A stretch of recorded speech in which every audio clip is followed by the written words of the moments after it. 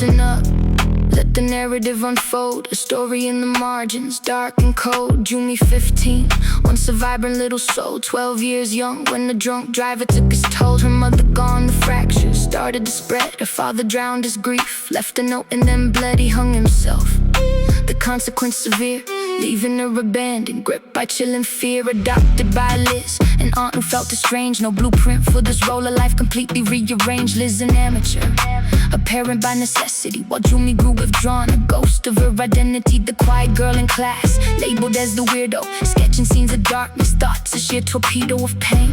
The disturbing imagery she drew, the other students flinched. They had no clue Liz was summoned by the school, a stern mandate to address the morbid art, this growing internal distress. But Jumie was a hollow vessel, a soul forever lost, drifting through the hours, whatever the cost. Her interactions limited, a tragic cycle she'd endure. The sharp sting of the bullies, the aunt's love she'd adore. No comfort taken, no smiles, no vibrancy in sight, just melancholy charcoal shadows against the light. I would rather be dead, the mantra in her brain, an inescapable echo of permanent pain. Then came Rachel, the classmate, offering the pure respect and unexpected olive branch, a bridge to connect. She asked to see the drawings, called them truly beautiful, a flicker of validation, though Jumie remained dutiful to silence. But Rachel pressed persistent as the day, trying to pry the darkness and lead her into play. The final bell, a gentle request to hang. Jumie agreed, a surprise and sudden pang of hope as they walked the path through the woods to a quiet, isolated spot. Misunderstood by Jumie, Rachel spoke. This is it, a chilling phrase. As 6 other figures stepped out from the haze of trees, they formed a circle, their malice clear and steep,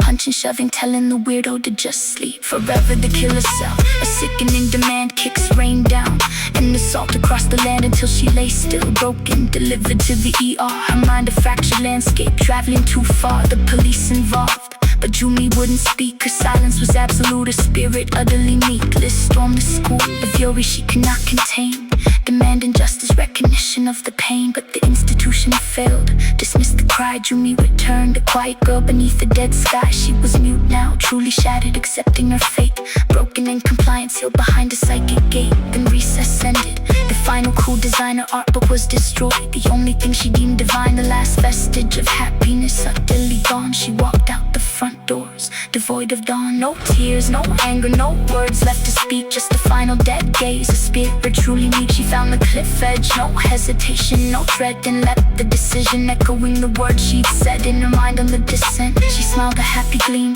released from the weight, a realized dream. Liz shattered, felt the failure in her core, quit her work, drinking every night, wanting nothing more than self-hatred. And the story broke the local news, and on the screen Rachel, shedding crocodile hues, crying for her friend, a masterful, sickening lie. Later in the background, Rachel smiled as she passed by, laughing with the girls. The truth, a sudden snap, the dots connected, rage filling up the gap online. She searched the address, easy to find, driven by vengeance, leaving caution behind. Handgun on the seat, a passenger with fury. She reached the house, the final moment in a hurry. She knocked Rachel open, stunned by the sight. Liz raised the weapon, bathed in the porch light. You took my Jumie from me, her voice a shaky sound, a whisper of trauma on hollow, tragic ground. Rachel frozen, fear etched upon her face.